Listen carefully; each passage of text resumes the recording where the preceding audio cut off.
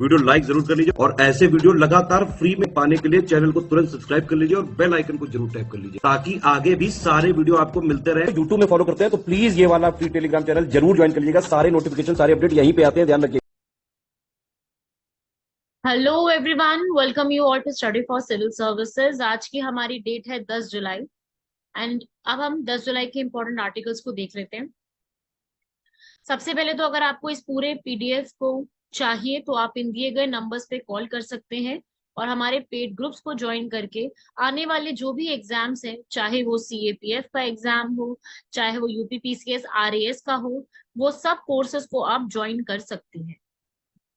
अब हम लोग स्टार्ट करते हैं हमारे आज के इम्पोर्टेंट करंट अफेयर्स को, जिसमें सबसे पहला है फुकुशिमा का वाटर इशू, इंडिया और फ्रांस के रिलेशंस, क्योंकि अभी मोदी जी जो है वो फ्रांस के दौरे पे गए हुए हैं, मतलब जाना है अब। फिर है एफडीआई और एफपीआई, फिर है इंटरनेशनलाइजिंग इंडियन रुपए, बीबीएनजे, भारत का 6G अलायंस।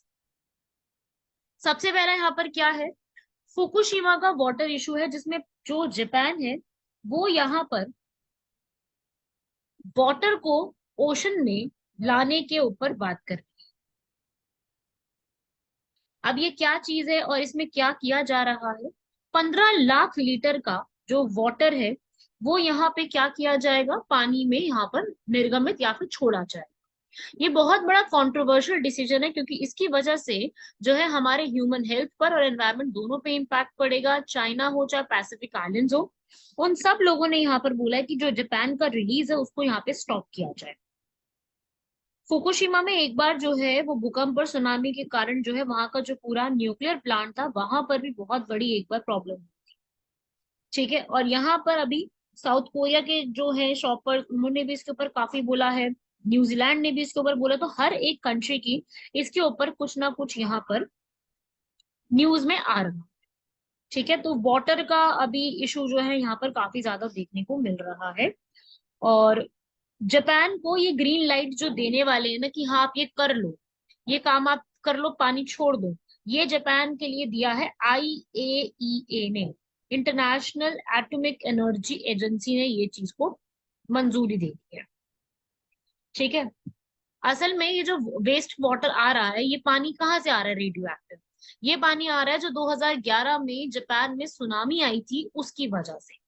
ठीक है, वहां के फुकुशिमा दाइची का न्यूक्लियर पावर प्लांट, तो उसमें से जो है यहाँ पर बाकी सब रेडियो एक्टिव एलिमेंट्स तो रिमूव कर दिए हैं, लेकिन ट्रीशियम को रिमूव नहीं कर सकते हैं। तो उस वाटर के अंदर ट्रीशियम ट्रीशियम जो है यहाँ पर उसको रिलीज करने के लिए बोला जा रहा है। और वो ट्रीशियम जो है बहुत हार्मफुल नहीं है, लेकिन आगे चल के ये हार्मफुल बन सकता है।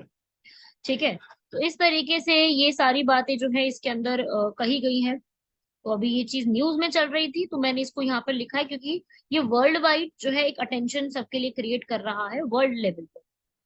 अब ये जो है मंजूरन देने वाली जो है वो आईएईए ने दी है, जो कि 1957 में बनी थी, वेना ऑस्ट्रिया। वेना ऑस्ट्रिया अभी न्यूज में क्यों था, ये ग्लोबल लिवेबिलिटी इंडेक्स में टॉप किया है, तो ये वेना जो है इसलिए न्यूज में भी था, जिसमें 164 मेंबर्स हैं, इंडिया भी मेंबर है। आईएईए क्या देखता है भाई, न्यूक्लियर एनर्जी का कैसे आप यूज कर रहे हो, अग्रीमेंट कौन से देख रहे हो। इसके डायरेक्टर जनरल अभी राफेल मैरियानो ग्रोसी है। तो फुकुशिमा का ये पूरा एक इशू है, 1 मिलियन टन से ज्यादा का प्लान चल रहा है कि जो इसको आप ट्रीट नहीं कर सकते हो वो आप वहां पे कहाँ भेज रहे हो, पानी में इसको भेजा जा रहा है। ठीक है, ट्रीशियम है, ट्रीशियम जो है वो एक रेडियो एक्टिव कंपाउंड है, जिसकी हाफ लाइफ जो होती है, उसकी हाफ लाइफ होती है करीब 12.5 साल। साउथ कोरिया को ये डर है कि भाई अगर कल को ये पानी वहां पे रिलीज कर दिया जाएगा तो हमारे जो फिशरमैन है, हमारे जो वहाँ के सी फूड है, उसका बहुत प्रॉब्लम हो जाएगा। और फिर यहाँ पर जो सॉल्ट है उसका प्राइस भी बढ़ जाएगा। और अभी साउथ कोरिया में सॉल्ट का प्राइस जो है करीब 27% ऑलरेडी बढ़ गया है। चाइना ने भी इसके ऊपर काफी बात बोली है। ठीक है, तो ये आपको याद रखनी है, क्योंकि एक डिजास्टर हुआ था एक ऐसा, उसकी वजह से ये है। अगर मैं बात करूं पूरे वर्ल्ड में ऐसे कौन कौन से डिजास्टर्स रहे हैं, तो देखो, एक आपने अभी सुना होगा शेरनोबिल का, यूक्रेन का। शेरनोबिल का यूक्रेन का हुआ था, एक ऐसा ही 3 माइल आइलैंड का एक्सीडेंट हुआ था, नाम है उसका 3 माइल आइलैंड। ये कहाँ पे है? यूएसए में, यूएनएस के पेनिसलाविया में। ऐसे ही एक हुआ था यूएसएसआर रशिया में, शितम डिजास्टर। तो न्यूक्लियर पावर प्लांट्स इस तरीके से न्यूज में रह रही हैं। आईएई आपको याद रखना है, ठीक है।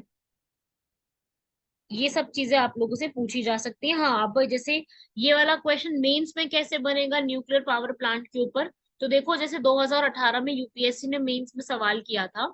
सवाल ये था कि जैसे अभी हमारी एनर्जी की डिमांड्स बढ़ती जा रही है, तो इंडिया एनर्जी की डिमांड्स को फुलफिल करने के लिए न्यूक्लियर पावर में क्या यहाँ पे चेंज कर रहा है। What are the facts and what are the fears that are associated with nuclear energy? मतलब न्यूक्लियर एनर्जी से क्या क्या चीजें जुड़ी हुई हैं हमारी, हमें वो बताना, ठीक है। तो इस प्रकार से ये पूरा एक आपका सवाल भी बन चुका है इसके ऊपर। जापान के बारे में आप सभी लोग जानते हैं, तो काफी ज्यादा इसके ऊपर एंजाइटी, काफी ज्यादा इसके ऊपर इश्यूज चल रहे हैं कि what to do next, right. चलिए भाई, नेक्स्ट टॉपिक पे बढ़ते हैं। इंडिया जो है फ्रांस रिलेशन, क्योंकि अभी हाल फिलहाल में पीएम मोदी जो है कहाँ जाने वाले हैं? फ्रांस। फ्रांस में बेस्टाइल डे की जो परेड होती है वो अटेंड कर, ठीक है। अब बेस्टाइल परेड क्या है, इसके पीछे का ऑब्जेक्टिव क्या है, तो मैं बताती हूँ। अभी आपको मैंने बताया भी था कि पीएम मोदी जो है वो Papua New Guinea, Japan, USA, Egypt, इन सबके विजिट पे थे। अभी यहाँ पर जो है फ्रांस को जो है विजिट करने वाली है। तो इस तरीके से काफी ज्यादा न्यूज है, ठीक है। सो अब हम ये पढ़ेंगे कि अब एजेंडा क्या है। गेस्ट ऑफ ऑनर के रूप में बुलाया गया है, जिससे हमारे और फ्रांस के 25 सालों के रिलेशनशिप्स कंप्लीट होते हैं, जो कि 13 और 14 जुलाई को जाने वाली है, ठीक है। बेस्टाइल डे के परेड में ऐसा हमेशा नहीं कि किसी फॉरेनर को बुलाया जाता है, प्लस बुलाया गया, ठीक है भाई। अब इस विजिट में पूरी बहुत चांसेस है कि इंडिया के साथ डिफेंस, स्पेस, न्यूक्लियर एनर्जी, सब चीजों के लिए, एंड राफेल के जो फाइटर जेट्स हैं इसके लिए भी बात की जाने वाली है। दोनों कंट्री इंडो पैसिफिक पे बात करेंगे, ठीक है। हो सकता है कोई और नया कॉपरेशन बनाया जाए, जैसे कि क्वाड बनाया गया था वैसे ही कुछ और बनाया जाए। साथ ही साथ फ्रांस का जो एनएसए है वो भी दिल्ली आएंगे, मेक इन इंडिया के इनिशिएटिव में पार्टिसिपेट करेंगे, नए इन्वेस्टमेंट्स की बात करी जा रही है। प्लस यूनाइटेड नेशन की जो सिक्योरिटी काउंसिल है, सुरक्षा परिषद, वहां पे इंडिया नहीं है मेंबर परमानेंट, बट फ्रांस है। तो फ्रांस यहाँ पर बहुत ज्यादा सपोर्ट करता है कि इंडिया को भी यूनाइटेड नेशन सिक्योरिटी काउंसिल में परमानेंट मेंबरशिप मिलनी चाहिए। और दोनों कंट्री यहाँ पर जो क्लाइमेट चेंज है उसके ऊपर बात करने वाली है, ठीक है। तो यहाँ पर राफेल के जो एम का वेरिएंट है, मरीन वेरिएंट है, वो इंडिया जापान फ्रांस से एक्वायर करने की पूरी कोशिश में, ठीक है। जो कि आईएनएस विक्रांत जो है उसकी फ्लाइट डेक पे रह करके आगे सवारी करेंगे। अगर हम बात करें अभी बेस्टाइल डे की, अभी बेस्टाइल डे क्या चीज है? ये पेरिस में, जो फ्रांस है की कैपिटल है, वहां पर एक परेड निकाली जाती है, जैसे अपने इंडिया में निकाली जाती है रिपब्लिक डे की। सेम उसी तरीके से बेस्टाइल डे फ्रांस में एक परेड होती है, और उस परेड में शामिल होने के लिए किसको बुलाया गया है? भारत के प्रधानमंत्री श्री नरेंद्र मोदी। तो बेस्टाइल डे एक नेशनल डे होता है फ्रांस का, जो कि 14 जुलाई को मनाया जाता है। फ्रांस के लिए बहुत बड़ी परेड होती है, जिसमें फ्रांस मिलिट्री के सारे ब्रांचेस के लोगों को इकट्ठा किया जाता है, और इंडिया के ट्रूप्स भी यहाँ पर पार्टिसिपेट करने के लिए पहुंच रहे हैं। दोनों कंट्री यहाँ पर इस हिस्ट्री को शेयर करने वाले। Is this clear? फ्रांस पूरा ये 14 जुलाई 1789 के दिन को सेलिब्रेट करता है, जो कि फ्रेंच रिवॉल्यूशन का बहुत बड़ा इवेंट है। तो यहाँ पर ये आपको पूरा स्टोरी एक याद में रखनी है। बेस्टाइल डे जो है, इस दिन काफी बड़ी सेलिब्रेशंस की जाती है। 1789 17 1979 सॉरी 1789 में ये चीज जो है वो हुई थी, बेस्टाइल दिवस। इसकी हिस्ट्री की मैं बात करूँ तो जो फ्रांस में बहुत ज्यादा प्रॉब्लम चल रही थी, लुइस 16 थे वहां पर, बहुत से और लोग थे। तो उस समय जो है पूरा बेस्टाइल का एक किला हुआ करता था, वहां पर काफी ज्यादा बड़ी जो है लोगों को रिलीज किया गया था, आजादी की बात की गई थी, इसलिए बेस्टाइल डे दिन माना जाता है। और वही हम इंडिया और फ्रांस के ऊपर बात करें तो देख सकते हैं आप यहाँ पे आप लोग दोनों कंट्री यहाँ पर अंतरिक्ष, परमाणु, सारी चीजों में मजबूत व्यापारिक संबंध रखते हैं।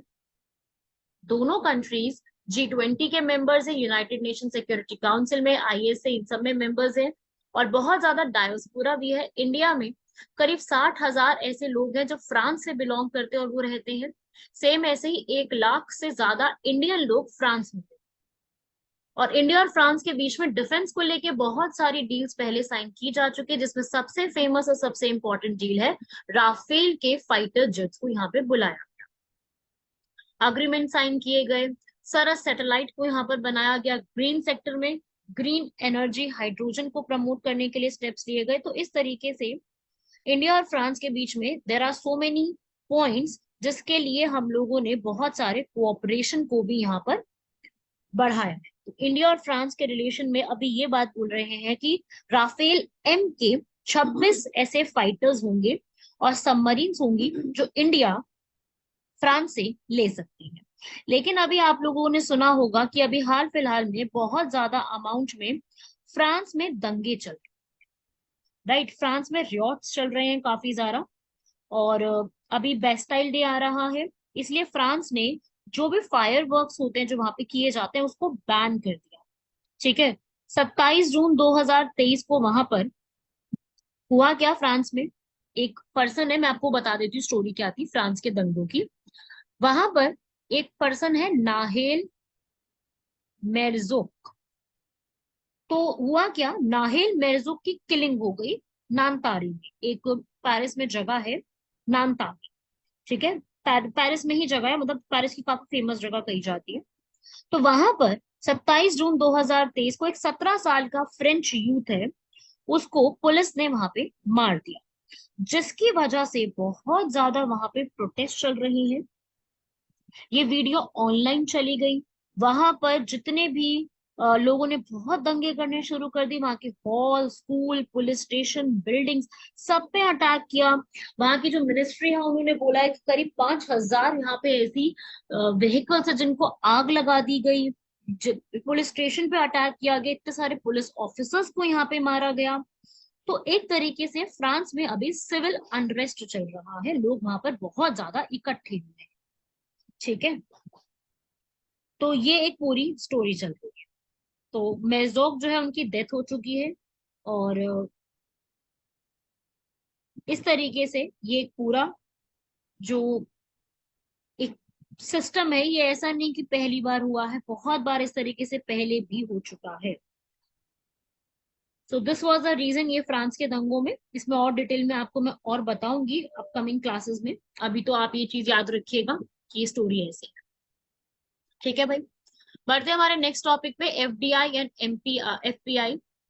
अभी जो वित्त मंत्रालय है वो FDI प्रवाह को बढ़ावा देने के उद्देश्य से सुधारों के कार्यान्वयन को कर रहा है, बढ़ावा दे रहे हैं कि हमें फॉरेन डायरेक्ट इन्वेस्टमेंट को बढ़ाना है, और जितने भी इनफ्लो होने चाहिए वो हमें और ज्यादा इंक्रीज करने हैं। मिनिस्ट्री ने बोला है कि हमें पहले के मुकाबले कम जा रही हैं चीजें, इसको हमें बढ़ाने की जरूरत है ताकि और ज्यादा मेजर्स लिए जा सके। ठीक है, मिनिस्ट्री ने बोला है कि सबसे पहले तो जॉब क्रिएशन होनी चाहिए, जब तक आप अर्थव्यवस्था में रोजगार सृजन नहीं करोगे FDI नहीं बढ़ सकता। ठीक है, एम्प्लॉयमेंट लेवल्स को और ज्यादा बढ़ाने की जरूरत है। तो ये सब बोला है, FDI FPI दो चीजें होती हैं। FDI किसी भी विदेशी कंपनी जो है वो भारत में कोई निवेश करती है उसे FDI कहते हैं। वो पैसा यहाँ पर आता है, चाहे वो नए शेयर्स खरीदे, चाहे वो नई कंपनी खरीदे, चाहे वो यहाँ पे नई कंपनी बनाए, चाहे वो कोई पुरानी कंपनी जो चल रही है उसको खरीदे। ठीक है, वही FPI विदेश पोर्टफोलियो निवेश, फॉरेन पोर्टफोलियो इन्वेस्टमेंट, ये होता है कि कोई फॉरेन इन्वेस्टमेंट यहाँ पे आके इन्वेस्टमेंट सिर्फ कर रहा है, चाहे वो शेयर खरीद रहा है, बॉन्ड या सिक्योरिटीज खरीद रहा है। FDI एक बहुत लॉन्ग टर्म होता है कि कंपनी और ये सारी चीजें बहुत लॉन्ग टर्म चलती है, जबकि FPI सिर्फ एक शॉर्ट टर्म के लिए काम किया जाता है। FDI आपको यहाँ पर बहुत ज्यादा जॉब्स में हेल्प करता है, जॉब क्रिएट करके देता है। FPI ये सब चीजों पे नहीं, वो एक इंडिविजुअल को सिर्फ हेल्प करता है। तो FDI FPI दोनों में डिफरेंस होता है। और FPI जो है वो एक पर्सन को सिर्फ प्रॉफिट मिलता है। ठीक है, FDI जबकि कंपनी को बढ़ावा देता है। तो उसके फायदे क्या होते हैं, FDI और FPI अगर एक देश में होता है तो उसके लिए भाई एक जगह पर जो इन्वेस्टमेंट है वो बढ़ती है, अपने लोगों को जॉब मिलती है, साथ ही साथ एक्सेसिबिलिटी बढ़ती है कि भाई दूसरे और इन्वेस्टर्स भी अट्रैक्ट होते हैं, कंपटीशन बढ़ता है। माल जो है, कंपटीशन बढ़ेगा तो थोड़ा सा जो डिमांड है वो अगर है उसकी, तो जो आइटम का जो प्राइस है वो सस्ता होने लग जाता है, और ज्यादा कंपनीज एफिशिएंट होने लग जाती है। तो इस तरीके से फाइनेंशियल मार्केट बूस्ट अप होती है एक किसी भी देश की। तो ये है कुछ इंपॉर्टेंट पॉइंट, लेकिन इससे जुड़े हुए रिस्क भी होते हैं। अगर इसमें कोई सही तरीके से कंट्रोल नहीं करते तो बहुत ज्यादा यहाँ पर जो है वो कुछ बेसिक बेसिक सेक्टर्स के बाद सारी भागदौड़ जो है देश की चली जाती है। मतलब एक कंट्री उसी चीज पर डिपेंडेंट होना शुरू हो जाती है। तो इस तरीके से ये कुछ इंपॉर्टेंट चीजें थी जो आप लोगों को दिमाग में रखनी है। ठीक है भाई। अब आता है नेक्स्ट टॉपिक, जिसमें हम ये कह रहे हैं कि भाई रुपए को क्या करना चाहिए, पूरा उसको भी वर्ल्ड में फैलाना चाहिए, इंटरनेशनल डिमांड होनी चाहिए। बहुत कम डिमांड है, जैसे चाइना का रेमनिबी है, उसकी भी यहाँ पर डिमांड बढ़ाने की कोशिश की जा रही है।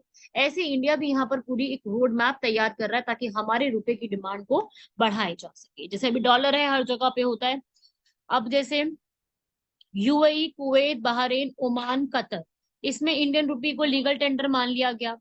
और भूटान और नेपाल में जब कोई प्रॉब्लम, जब हमने डिमोनेटाइजेशन करा था तो भूटान नेपाल में दिक्कत आई थी। तो ऐसे ही करते हैं, अगर हम और इसको बढ़ावा देना चाहें इंडियन रुपी को, तो और भी ज्यादा कंट्रोल यहाँ पे दिया जा सकता है। तो इसी के ऊपर है। ठीक है। तो इसमें अभी ये जो टॉपिक है, ये बहुत छोटा सा टॉपिक है, इसको आपको बहुत डिटेल में जानने की जरूरत नहीं है, क्योंकि अभी हम इसमें और ज्यादा चीजें पढ़ेंगे। जैसे जैसे इसका रोड मैप हमारे सामने तैयार होकर के आएगा, we are going to discuss more of these topics. ठीक है भाई।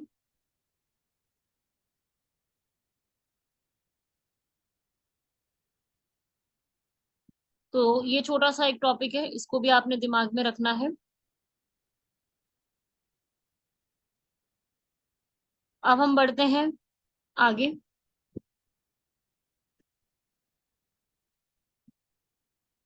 ये आप लोग रीड कर सकते हैं पूरा।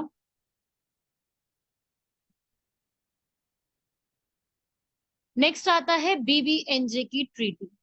इंडिया ने यहाँ पर बीबीएनजे, फुल फॉर्म क्या है, बायोडायवर्सिटी बियॉन्ड नेशनल ज्यूरिसडिक्शन, मतलब कि जो ओशंस है उसमें जो बायोडायवर्सिटी है उसको प्रिवेंट करने के लिए इंडिया ने कमिटमेंट दिया है।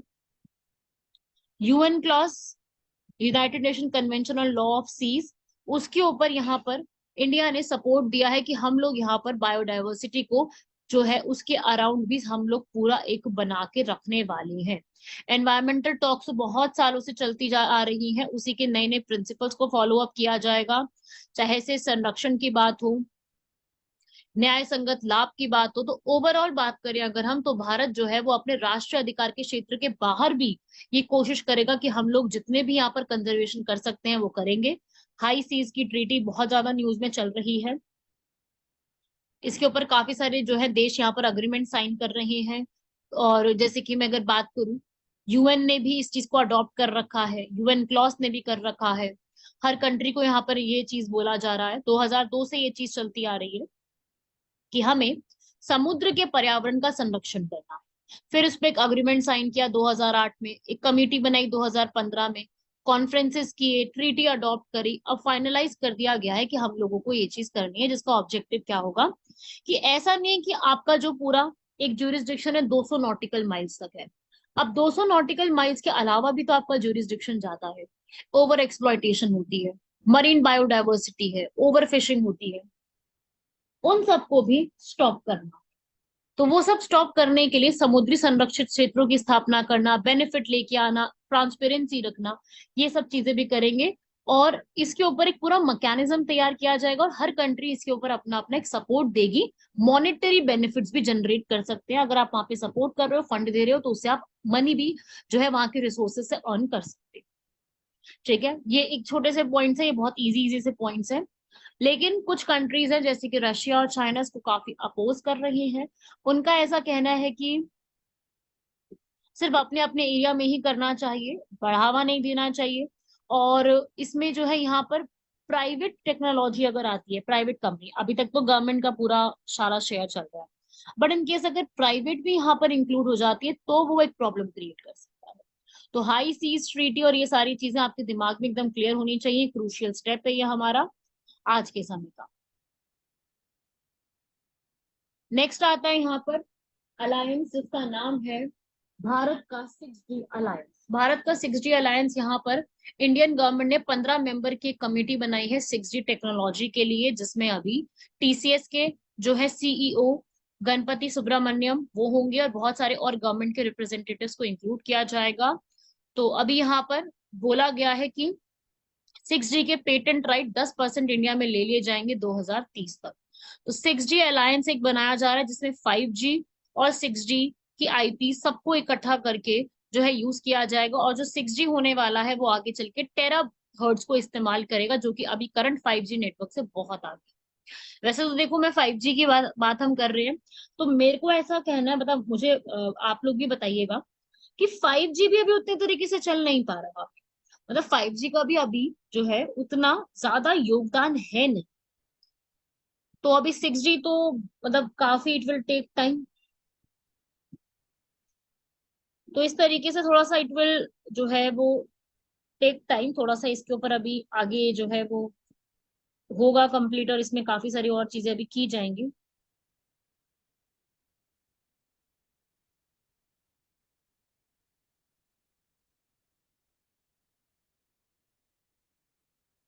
ठीक है भाई, तो अभी ये चीज न्यूज में है, इसको भी दिमाग में रखिएगा। अलायंस बनाया गया है, टारगेट रखे गए हैं, काफी सारी चीजें इसके अंदर चेंजेस जो है वो किए गए हैं। लेट्स सी कि इसमें अभी और हम क्या क्या चीजें जो है वो कर सकते हैं। इसमें धीरे धीरे हमें भी पता चलेगा कि हम इसमें क्या क्या इम्प्रूवमेंट जो है वो कर सकते हैं।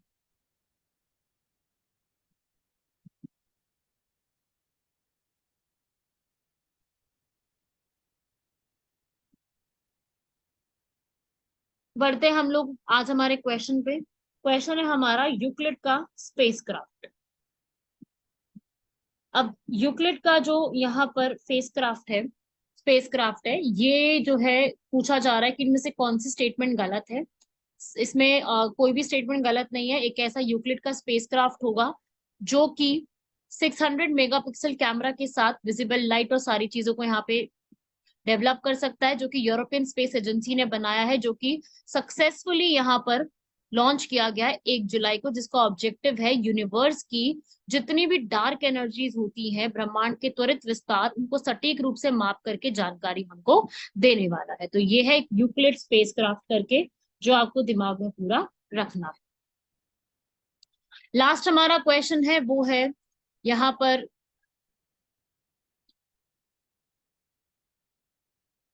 ये एक जो है आप देख सकते हो कि ये जो पूरी एक टॉपिक है, ये लॉन्च व्हीकल मार्क 3 के ऊपर है, जो कि इसरो ने डेवलप किया है, जो कि अभी तक का बहुत ही हैवी जो है एक रॉकेट बनाया गया, जो कि करीब 640 टन का होने वाला है, जो कि जियोसिंक्रोनस ट्रांसफर ऑर्बिट में जाएगा। लो ऑर्बिट में 8 टन का पेलोड हैंडल कर सकता है।